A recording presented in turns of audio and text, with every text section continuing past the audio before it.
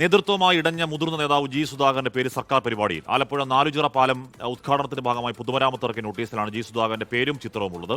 ഈ മാസം 27-ന് മുഖ്യമന്ത്രിയാണ് പാലം ഉദ്ഘാടനം ചെയ്യുന്നത്. എസ് ശ്യാംകുമാർ വാർത്തകൾ ഒരുങ്ങുമ്പോൾ ശ്യാം, കടുത്ത വിമർശനങ്ങളുമായി ജി സുധാകരൻ മുന്നോട്ടേക്ക് പോകുന്നു. ഏറ്റവും കൂടുതൽ സ്വർണ്ണപ്പാളിയിലടക്കം അദ്ദേഹത്തിന്റെ കടുത്ത വിമർശനങ്ങൾ നമ്മൾ കണ്ടതാണ്. ഇതെങ്ങനെയാണ് പട്ടികയിൽ ജി സുധാകരൻ വന്നത് ശ്യാം?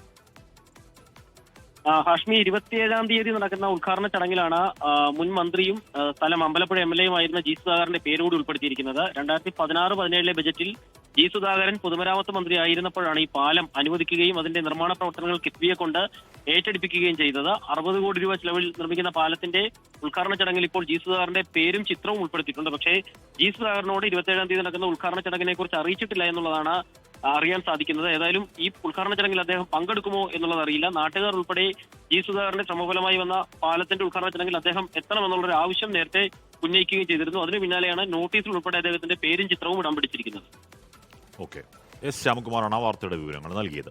ലോകത്തെവിടെയായാലും ഏത് സമയത്തും 24 വാർത്തകളും ഓഗ്മെന്റഡ് റിയാലിറ്റി പാക്കേജുകളും എക്സ്പ്ലെയിനറുകളും വിശദമായി കാണാൻ ഞങ്ങളുടെ യൂട്യൂബ് ചാനൽ നിങ്ങൾക്ക് സബ്സ്ക്രൈബ് ചെയ്യാം.